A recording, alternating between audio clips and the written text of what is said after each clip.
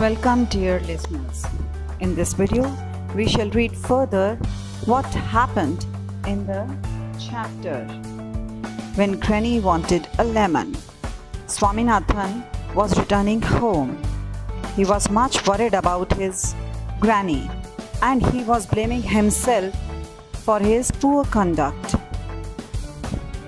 Usually when he would reach home, he would go straight into the kitchen and grab something to eat, but this time his hunger was not that important to him as his granny.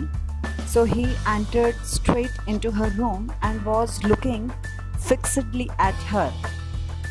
Let's read page 107.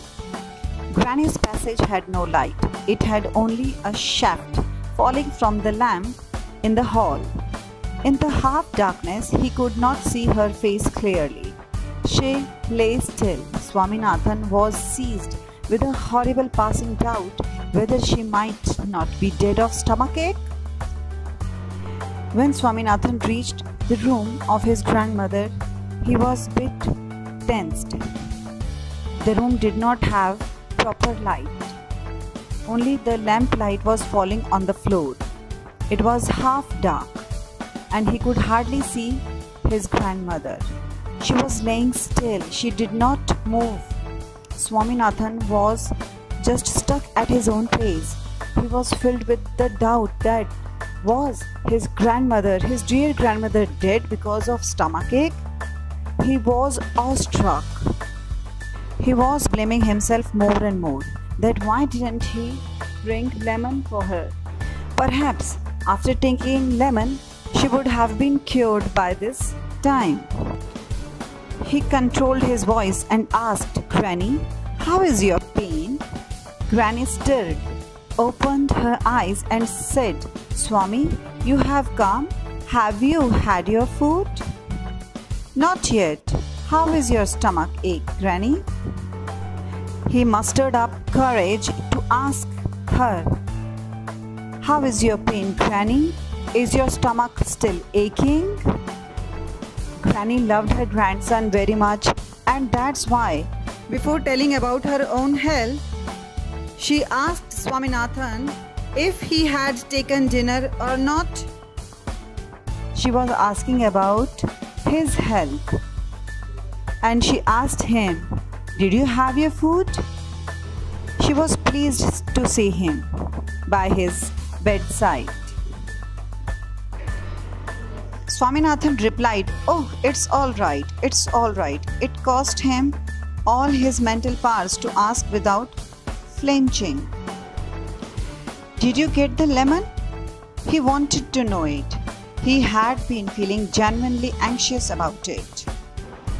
The little boy collected all his courage, and with that strength he tried to ask in a very low voice about the health of Granny. "Did you get lemon, Granny?" He was asking her if anybody else at home, any other family member at home, would bring lemon for her. Did she get lemon anyhow? Let's read further. What did Granny reply? Granny answered this question at once, but to Swaminathan it seemed an age. A terrible stretch of time during which anything might happen. She might say anything, scold him, disown him, swear that she might have nothing to do with him, or say reproachfully that if he had cared to go and purchase the lemon in time, he might have saved her, and that she was going to die in a few minutes. Now Swaminathan is figuring out, did Granny get any lemon? Although Granny did not take any time in answering the question that yes, she got the lemon, but even that 1 second pause was a long pause for Swaminathan. He could not wait for that thing. Anything could have happened in that 1 second pause. She might say anything, she might disown him. Disown him means she would say that this boy doesn't belong to me anymore. She may swear that she might not to do anything with that boy, or she would scold him bitterly. She would say bad words to him.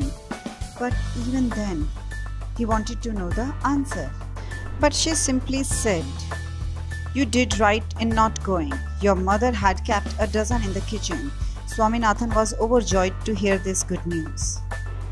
Grandmother told Swaminathan instantly that it was right he didn't go to buy a lemon because his mother had kept a dozen of lemon in the kitchen. Swaminathan was overjoyed. He was full of joy to hear this good news that she got lemon instantly and was cured. Now she has a relief from the pain. So, seeing his grandmother healthy, he was very much overjoyed and pleased. He too was relieved of the tension and guilt. However careless he was, yet he was kind at heart and he loved his grandmother very much. He wanted to serve her as well. Granny too loved her grandson very much. She had no grudges, no bad feelings for Swaminathan. She knew very well that he was a very naughty boy. Thanks for watching the video.